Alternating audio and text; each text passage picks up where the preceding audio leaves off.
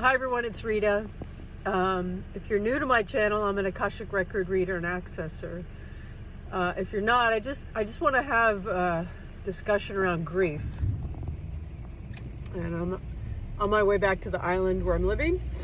And I took my dog Oliver, who's been a big part of my journey. I rescued him, or he rescued us as a puppy, through an organization I was volunteering with in the Washington, D.C. area called Lost Dog and Cat Rescue. They're amazing. And a terrier group had picked Oliver up in the Carolinas because he was going to be given the blue shot, as a friend of mine would call it, because he was aggressive. And he was like 3 months old, right? And silly, really, but he had a police report, believe it or not. So, and he was all like 3 pounds or 2 pounds or something.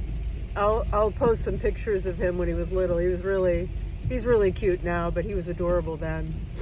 And I got him. One of the reasons I got him is because my mom's dog, she had to put him to sleep, and she regretted it. And every day she cried for several months, and she said nothing touched the pain of having to put that dog to sleep. She had buried her mother and father and her brother and friends, and so when I got him, I sent her a picture. I got my mom a computer, an Apple computer, when she turned 80, and she used it. She loved it. She had been a cryptanalyst for NSA for a long time, until she took a leave of absence after my sister was born. And a very brilliant woman.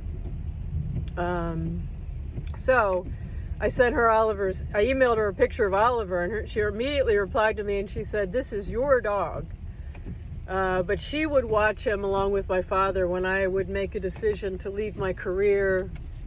I had a career in supply chain logistics with FedEx and UPS for 23 years. And I decided, I had an epiphany that if I was going to die in 6 months, what would I do? And then the epiphany was I would move to South Africa. And so when you have heart callings like that, it's really important to listen to them. So anyway, I did, and I said, I have this thing I want to do. And my mom was like, what? And she's a very adventurous person. She joined me backpacking through Europe, which I did for a number of months after college. And she said, I don't really want you to go. Why don't you wait till I die? And she had a bunch of health issues. She had 1 kidney and stuff, but she was very much okay. And I said, you're not going to die. So eventually she warmed up to the idea, and she said, yeah, you go ahead, and, I'll watch Oliver. And I got a 3-year visa, early retirement visa, semi-retirement visa, based on my rental income for my townhouse in Arlington, Virginia. And I left. And I bought her one of those little iPhone things that we could video chat. And so anyway, we did that. So getting back here to Oliver. So like, when my mom passed in 2016, I had come back from South Africa. I did a lot of adventures with my mom. We did some traveling together. She found a love of crystals and stones at like 82 or something. We had done this trip to Santa Fe and Sedona, Arizona.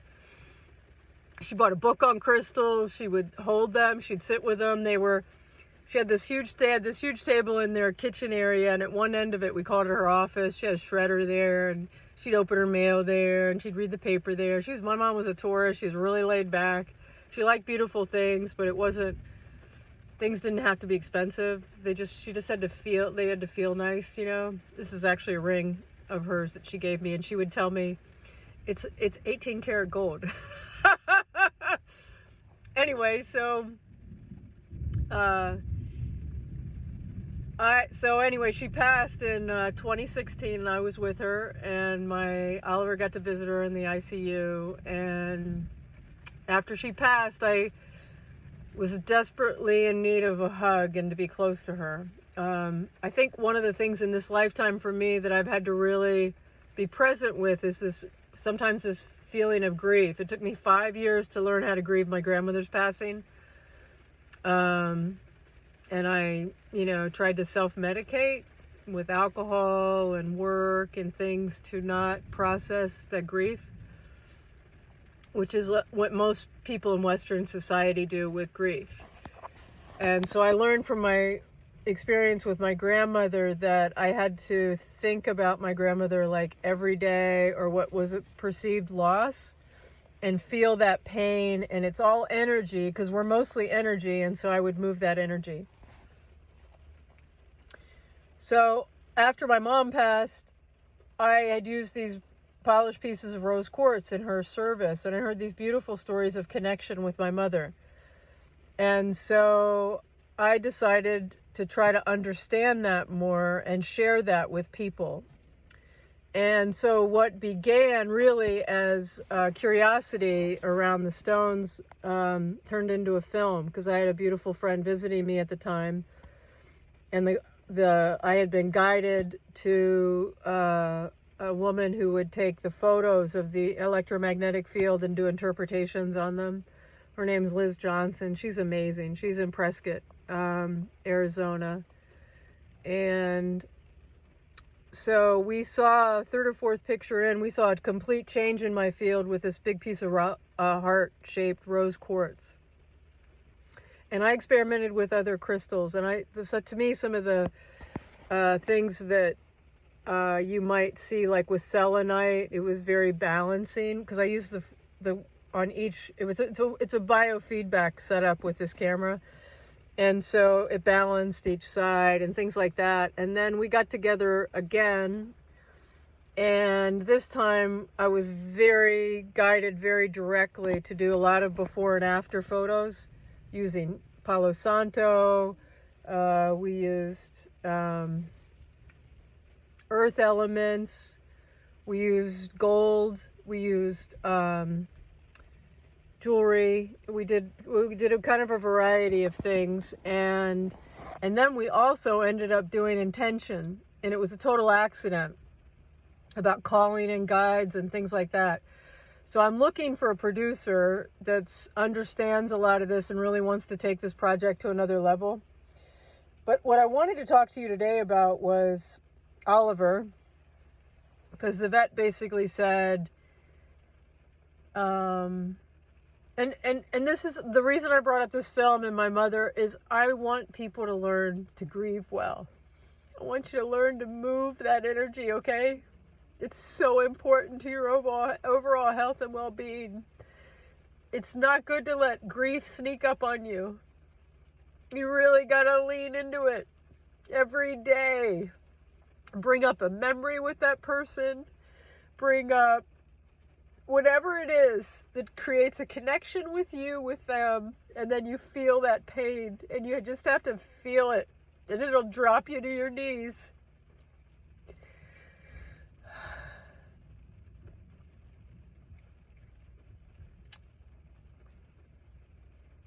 The second time I was in Cape Town, my friend Skip died, and I had just really met him, but I felt like I knew him from a long time. And I did a walk with him, a labyrinth walk, asking why he had passed. And he was one of the energies that encouraged me to live an inspired life, which is part of just open my heart up and mind up to there's more out there to do. We're taught, go have a career and retire and then do what you like, right? And I believe in the 3 boxes of life. I believe you incorporate these 3 boxes throughout your lifetime. One is recreation and play, one is learning, and one is working. So anyway, it was part of encouraging me to learn how to grieve. And so with Oliver, the vet was like, he's got a 5 out of a 6 heart murmur, and he may need some dental surgery, but she doesn't think he should have it. So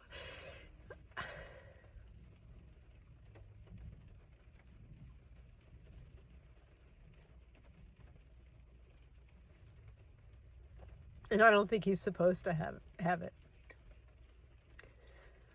So, and this is what I know. I did an Akashic reading today for somebody. I was told in meditation that Oliver may have about 5 more months to live, and I was told that about a month ago. I don't know, one of the things I know that's really, really important for us to understand is as these frequencies have gotten higher on the planet and we're embracing more of who we are, we can create in the quantum field so quickly, especially around things we don't have an attachment to, creating them a certain way. And so having a psychic reading right now is I think in most cases they're planting the seed for you about what to expect so you can create it.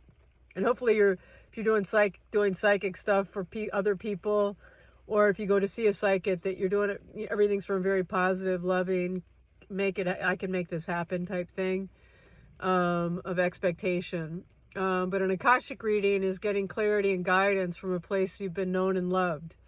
So it's really not around the future, predicting the future or whatever, because you're going to create that. But you do get a lot of guidance around all that. And anyway, so I just felt with Oliver, he could live 5 more years, right? Just because I was told in meditation something doesn't mean that that's what it is. But it also, today, I felt really clear, it felt very clear that,